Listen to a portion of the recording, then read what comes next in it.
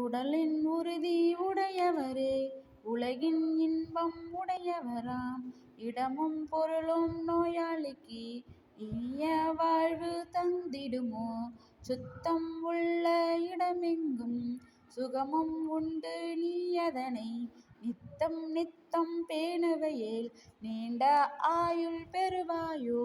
காலை மாலை உலாவினிதம் காற்று வாங்கி வருவோரின் காலை தொட்டு கும்பிட்டு காலன் ஓடி போவானே. கூழையே நீ குடித்தாலும் குளித்த பிறகு குடியப்பா, கூழையே நீ குடித்தாலும் குளித்த பிறகு குடியப்பா. ஏழையே நீ ஆனாலும் இரவில் நன்றாய் உறங்கப்பா.